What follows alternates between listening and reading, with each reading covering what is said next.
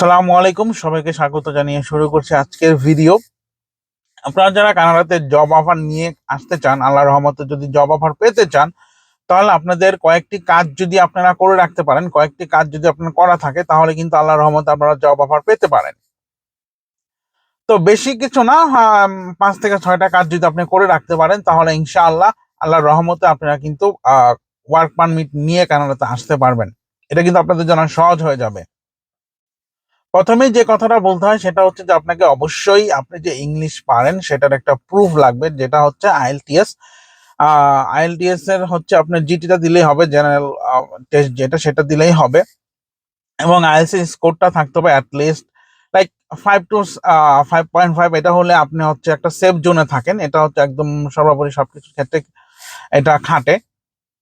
দ্বিতীয়ত হচ্ছে আপনাকে আপনার এনওসিটা মেক শিওর করতে হবে যে আপনার কোন এনওসিতে আছেন। আপনার জব টাইটেল অনুযায়ী আপনার এনওসিটা বের করতে হবে এবং সেই এনওসি অনুযায়ী আপনাকে অ্যাপ্লাই করতে হবে। এবং এনওসিটা যদি আপনার 100% নাও মিলে, লাইক ক্লোজ টু 70%, 60% বা 90% মিলে, সেটা হলেও কোনো সমস্যা নাই। সেই এনওসি অনুযায়ী আপনার জবের জন্য অ্যাপ্লাই করবেন। এবং 3 নম্বরটা হচ্ছে যে আপনি যে কাজের উপর, মানে আপনার যে এনওসিটা আছে বা আপনি যে কাজটা করতেছেন সেটার উপর আপনাকে একটা ভালো অ্যাটলিস্ট 3 বছর বা 4 বছরের আপনার একটা এক্সপিরিয়েন্স থাকতে হবে। এবং সে এক্সপিরিয়েন্সের আপনার একটা কিন্তু প্রমাণপত্র লাগবে, লাইক একটা সার্টিফিকেট লাগবে যে আপনার কোম্পানি থেকে, যে হ্যাঁ এই লোকটা আমার কোম্পানিতে বিগত এত বছর ধরে কাজ করতেছে। এটা গেল 3। 4 নম্বর হচ্ছে যে আপনাকে লেখাপড়া অ্যাটলিস্ট আপনাকে এইচএসসি পাস করতে হবে, অ্যাটলিস্ট এইচএসসি পাস করতে হবে লেখাপড়ার ক্ষেত্রে। এবং হায়ার এডুকেশন থাকলে সেটা হচ্ছে মানে অনেক ভালো, বাট সর্বনিম্ন হচ্ছে আপনাকে এইচএসসি পাস করতে হবে।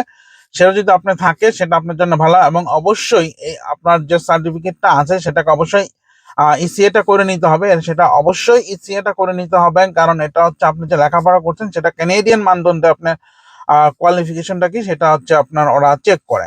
তো ইসিএ সম্পর্কে আমার ভিডিও আছে, তো আপনারা চাইলে দেখে নিতে পারেন এটা কিভাবে এসিএটা করতে হবে। এবং এনওসিটা আপনি কিভাবে বের করবেন সেটার উপর আমার ভিডিও আছে, যদি চান তাহলে আপনারা দেখে নিতে পারেন।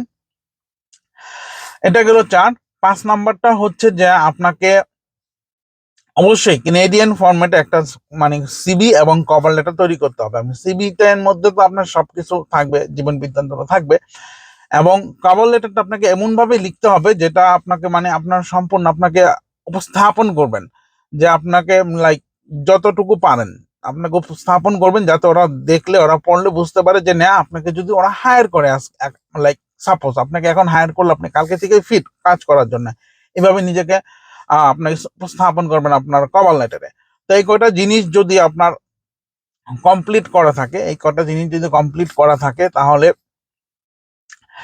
আপনি এই কাগজপত্রগুলো একদম সেট আপ করে আপনার কম্পিউটার হোক মোবাইল হোক, আপনি জবের জন্য সার্চ করতে থাকেন, জবের জন্য অ্যাপ্লাই করতে থাকেন।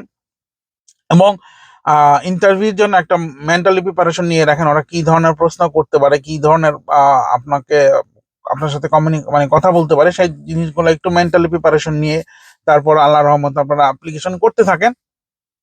ইনশাল্লাহ আপনার 10 জায়গায় করলে 1 জায়গায় অবশ্যই আপনাকে নক করবে। তো এই ছিল আজকের বিষয়টা। আপনারা যদি চান এই জিনিসগুলো যদি আপনাদের করা থাকে, তাহলে আপনারা কিন্তু ঘরে বসে কোনো ধরনের কোনো টাকা পয়সা হ্যাসেল ছাড়া আপনারা কিন্তু অ্যাপ্লাই করতে পারেন কানাডাতে জবের জন্য। এবং আল্লাহর অশেষ রহমত যদি থাকে, অবশ্যই আপনারা কিন্তু জব অফার পেয়ে যাবেন। এবং আপনারা কিন্তু এর মানে এই জিনিসটা কিন্তু খুব সহজ, এটা কিন্তু একটা সহজই হবে যদি আপনারা সেটা হয়। আল্লাহ যদি রহমত অবশ্যই আপনাদের উপর সবার উপরে আছে। যদি আল্লাহর অশেষ রহমত থাকে, যদি জব অফারটা পেয়ে যান, সেক্ষেত্রে কোনো ধরনের কোনো টাকা পয়সা ছাড়া কিন্তু আপনার জব অফারটা পেয়ে যাবেন। তারপর পর্যায়ক্রমে আপনারা কিন্তু ভিসার জন্য অ্যাপ্লাই করে কানাডাতে আসতে পারবেন এবং এখানে সেটেল হতে পারবেন। তো এই ছিল আজকের ভিডিও। যদি ভালো লেগে থাকে অবশ্যই লাইক শেয়ার কমেন্ট করবেন এবং আমাকে সাপোর্ট করবেন, যাতে আপনাদের সামনে আরো নতুন ভালো কোনো বিষয় নিয়ে আপনাদের সামনে আমি উপস্থিত হতে পারি। টিল দেন সবাই ভালো থাকেন। আল্লাহ হাফেজ।